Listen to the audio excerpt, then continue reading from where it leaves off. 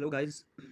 जी, आप जानते हैं कि जो प्लांट किंग एनिमल किंगडम है 11th का चैप्टर जो है, वो थोड़ा-सा डिफ़िकल्ट इन द सेंस कि याद करने में थोड़ा-सा डिफ़िकल्ट है। उसमें थोड़ी-सी दिक्कत आ जाती है जब भी हम उसको याद करने की कोशिश करेंगे या जब भी हम उसको पढ़ेंगे, तो माइंड में रहता है कि यार पिछले वाला फ़ाइलम क्या था, उसमें कौन से कैरेक्टर्स थे या आगे वाले में जो मैं पढ़ता हूँ, इसमें कौन से कैरेक्टर्स हैं, तो ये घूम जाते हैं ये कैरेक्टर्स। तो इनकी वजह से मिक्सिंग हो जाती है, यहाँ पर हमारी ब्रेन में मिक्सिंग हो जाती है, जिस मिक्सिंग की वजह से हम तो किसी मतलब कुछ भी याद नहीं रख सकते हैं। तो इसके लिए है मेरे पास यानी कि कुछ ट्रिक्स है, जो कुछ जनरल कैरेक्टर्स है, कुछ फ़ाइलम्स की और उनकी वजह से आपको यानी कि ईज़ी हो जाएगा, याद करना ईज़ी हो जाएगा।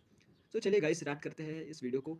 तो आप ये जान लें कि अप टू प्लैट हेलमिंथेस अगर हम बाइसेक्सुअलिटी की बात करेंगे, आपको कभी-कभार आएगा बाइसेक्सुअल, कभी-कभार आएगा यूनिसेक्सुअल, लेकिन जनरली में अगर हम देखेंगे अप टू प्लैट हेलमिंथेस जो भी ऑर्गेनिज़्म्स आते हैं वो बाइसेक्सुअल है। बाइसेक्सुअल मतलब क्या होता है कि वो उनके पास दोनों ही सेक्स प्रेज़ेंट होते हैं। Both the sexes are present in one organ. तो जिसके बाद अगर हम देखेंगे एसके हेलमिंथस की ऑनवर्ड्स इंक्लूडिंग एसके हेलमिंथस को इंक्लूड करने के बाद अगर आप देखोगे तो यूनिसेक्सुअल आते हैं, सारे ऑर्गेनिजम्स यूनिसेक्सुअल आते हैं। यूनिसेक्सुअल मतलब एक ही सेक्स, इंडिविजुअल सेक्स यानी कि एक ही सेक्स, हर किसी ऑर्गेनिज्म के पास अलग अलग सेक्स होते हैं, दोनों सेक्स एक ही पे प्रेजेंट नहीं होते। एक्सेप्ट है उसके लिए, एक्सेप्शन है अर्थ वर्म और लीच को आपको अलग से याद रखना है, वो भी किस में आते हैं, बाइसेक्सुअल में। लेकिन एसके उसमें भी कुछ ऑर्गेनिजम्स हैं जो यूनिसेक्सुअल है, जनरली यूनिसेक्सुअल, लेकिन दो ऑर्गेनिजम्स उसमें है जो अर्थ वर्म और लीच आता है, जैसे एनिलिडा की बात हो रही है यहाँ पर, एनिलिडा में लीच और अर्थ आता है। उसके बाद अगर हम देखेंगे इंटरनल फर्टिलाइजेशन और एक्सटर्नल फर्टिलाइजेशन की, जो सारे फाइला है वो इंटरनल फर्टिलाइजेशन दिखाते हैं, सारे फाइला।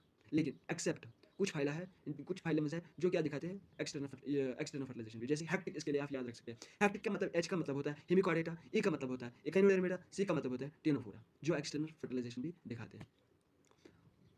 उसके बाद अगर आप देखोगे सेक्सुअल रिप्रोडक्शन सारे फाइलम्स में क्या होते हैं, सारे फाइलम्स में सेक्सुअल रिप्रोडक्शन होते हैं, लेकिन दो और फाइलम्स हैं जिनमें सेक्सुअल के साथ साथ एसेक्सुअल भी होते हैं, दैट इज सुपार्निस एंड सिलेंट्रेटा। सुपार्निस एंड सिलेंट्रेटा की बात हो रही है।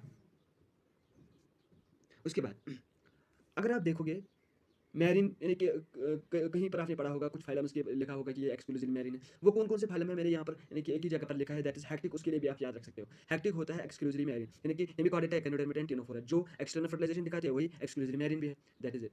तो उसके बाद अगर आप देखोगे यानी कि सिमिट्री की बात अगर हम करेंगे, सिमिट्री यहाँ पर लिखा हुआ है सिमिट्री।